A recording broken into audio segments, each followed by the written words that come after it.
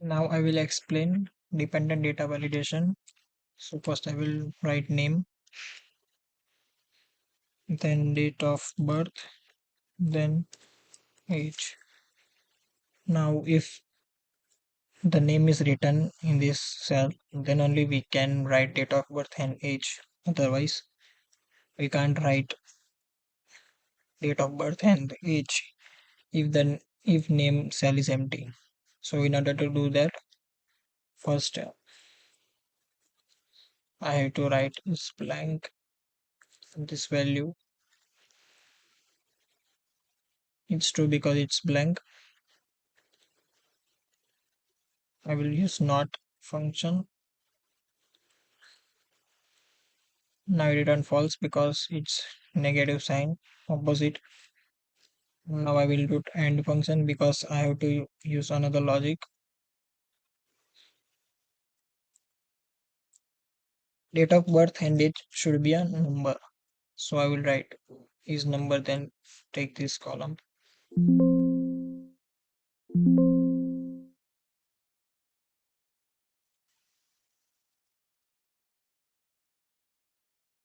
Yeah.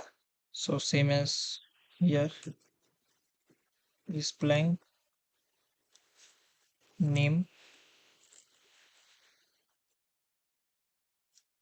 and then not,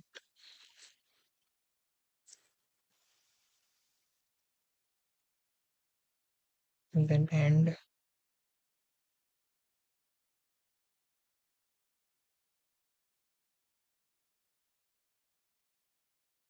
Is number.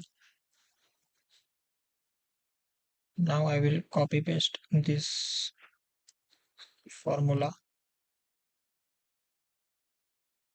and paste it in a data validation.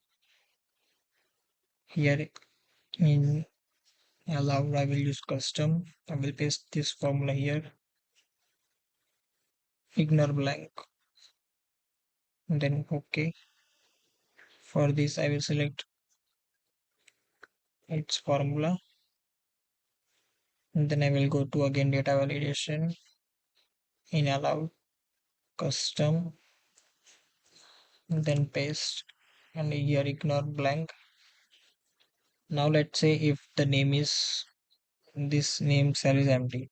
Now if I write here the date, 1st January 2024, then it will show error because the name cell is empty. Yeah, it's empty. That's why if I write H25, again it shows error. But if I write something name, then I can write. Now it won't show an error.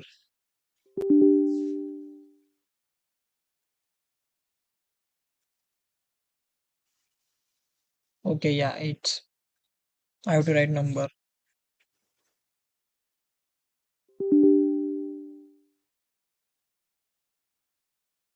Here also I can write 25. It won't show an error because again it's a number.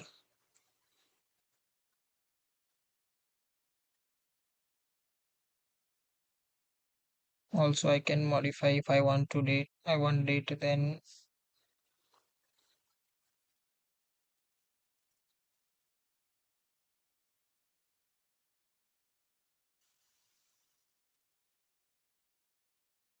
yeah, so I can write 2024 1 5.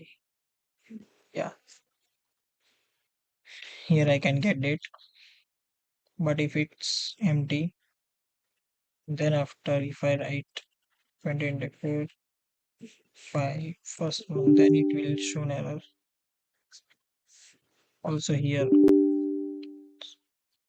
So this is called dependent data validation. Here I have to write something in name, then only I can write date of birth and age.